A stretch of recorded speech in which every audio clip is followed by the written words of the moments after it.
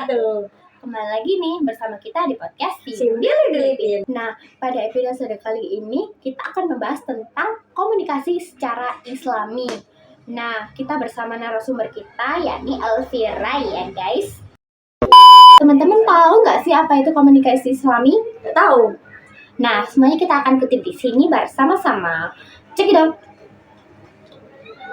Komunikasi Islami itu adalah cara berinteraksi berdasarkan pada nilai-nilai ajaran agama Islam. Tujuannya itu apa sih? Kalian tahu nggak? Nggak tahu. Ya udah, tujuannya itu adalah menciptakan hubungan saling menghargai dan memahami, serta menyebarkan kebaikan di antara sesama. Oke, nah yang pertama bagaimana berkomunikasi dengan teman sebaya? Apa yang penting dalam komunikasi ini? Dalam berkomunikasi dengan teman sebaya itu pentingnya untuk saling memahami dan menghargai satu sama lain. Dan kita bisa berbagi pendapat dengan sopan. Walaupun kita sama gitu ya kan, Ya. tapi kayak masih harus saling menghargai. Ya harus. Ya. Meskipun kita beda agama harus menghargai. Selanjutnya, bagaimana sih berkomunikasi dengan orang yang lebih tua nih? Berkomunikasi dengan orang yang lebih tua itu harus penuh rasa hormat. Dalam Islam, menghormati orang tua adalah hal yang sangat ditekankan. Soalnya kita harus punya sopan santun. Nah, contohnya kita bisa menggunakan bahasa yang sopan dan mendengarkan nasihat mereka. Seperti apa sih bahasa sopan itu? Ya kayak Bahasa krama? Kalau kita kan pakai bahasa krama halus kayak Bahasa gitu. Indonesia boleh gak? Ya boleh. Udah. Ini kalau Rina bisa bahasa Indonesia? Bahasa Inggris. Nah, kita lanjut ke bagaimana dengan komunikasi dengan yang lebih muda. Kita menjadi teladan bagi mereka ataupun contoh yang baik bagi mereka.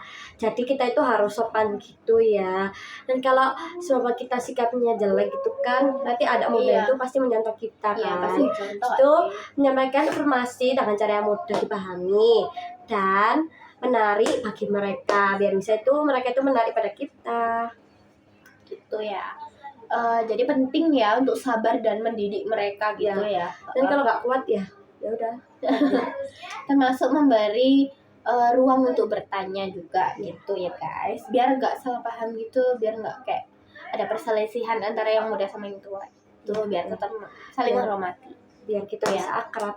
Ya. Nah, sekarang kita masuk ke topik yang mungkin lebih sensitif nih ya, komunikasi dengan lawan jenis. Ya mungkin kayak masih ada rasa canggung gitu Kak sih, tapi gimana sih? Dalam Islam, interaksi dengan lawan jenis harus diterapkan dalam batasan yang syar'i. Jadi kalau kita itu, kalau seumpama mau bersalaman dengan lawan jenis itu, kita itu harus ditutup dengan kain. Jadi kalau seumpama kita punya wudhu ya, kita punya wudhu, habis itu kita nggak sengaja kesentuh gitu, itu wudhunya bisa batal. Di situ komunikasi yang baik dan sopan tetap penting meskipun lawan jenis. Oh jadi gitu. Ya. Betul tapi kita juga tetap harus jaga diri kita gitu. Ya. Gak boleh otak-otak gitu ya.